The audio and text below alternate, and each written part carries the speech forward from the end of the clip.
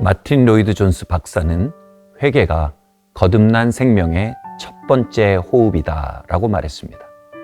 즉, 거듭남의 가장 현저한 증거는 바로 회개입니다. 교회 다니는 사람이 크리스찬이 아닙니다.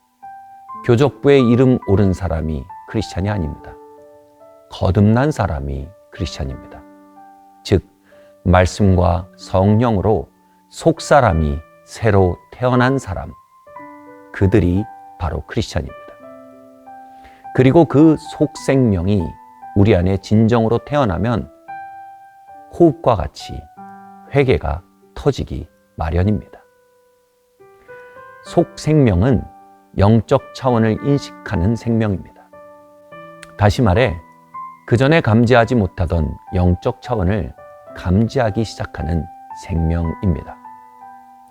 하나님의 거룩함과 아름다움을 감지합니다. 죄의 더러움과 사단의 간사함을 감지합니다. 그것을 흐릿하지만 직관적으로 알아채게 됩니다. 마치 아기가 엄마에게서 태어나면 희미한 빛과 바깥 공기를 인식하고 울음을 터뜨리며 반응하는 것과 같습니다. 그런데 아기가 울지 않는다는 것은 숨을 쉬지 못하고 있다는 것입니다. 그럴 때 의사 선생님은 아이의 엉덩이를 가볍게 때려서 깨워줍니다.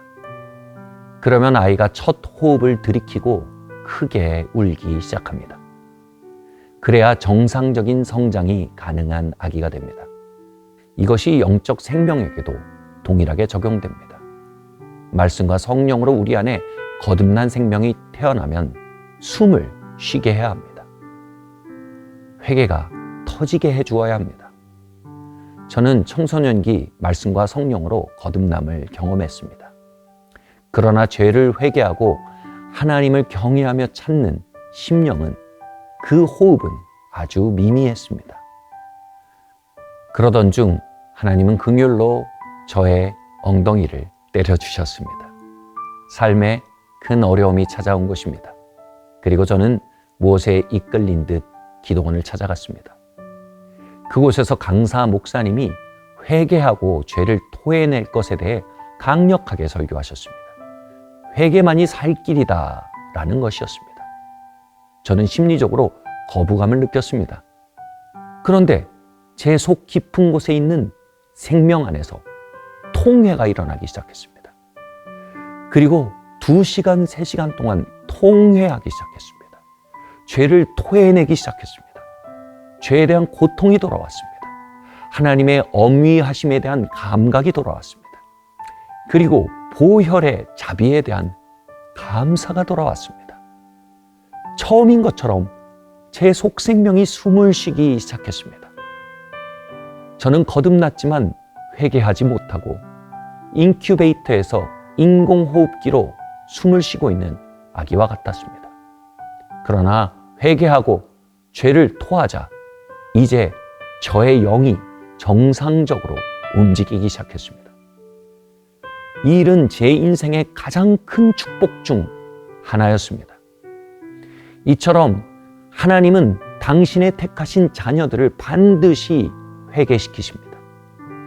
회개로 부르시는 하나님의 은혜를 징계라고 합니다.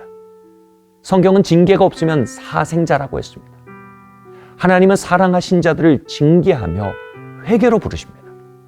문제는 우리가 그분의 징계의 음성을 둔감히 여긴다는 데 있습니다. 저의 대학 시절 선배 중 하나는 지갑을 잃어버린 일 속에서 하나님의 징계 음성을 듣게 됩니다. 그리고 진행하고 있던 이 선교제가 우상화되고 있는 일에 대해 하나님이 부르시는 소리로 알아들은 것입니다. 그는 즉시로 회개하고 다시 하나님과의 깊은 동행을 회복했다 이야기했습니다. 회개는 죽어가는 영을 살리고 진정한 축복을 회복하는 최고의 명약입니다. 그러나 오늘날의 성도들은 그 명약을 멀리하기 쉽습니다. 저는 송구영신 메시지로 회개의 말씀을 전했습니다. 그러자 즉시로 유튜브의 시청자가 30% 빠져나갔습니다. 하나님은 회개 없는 우리의 삶에 사랑으로 엉덩이를 때리십니다. 징계하십니다. 죄와 세상을 토해내도록 초청하십니다.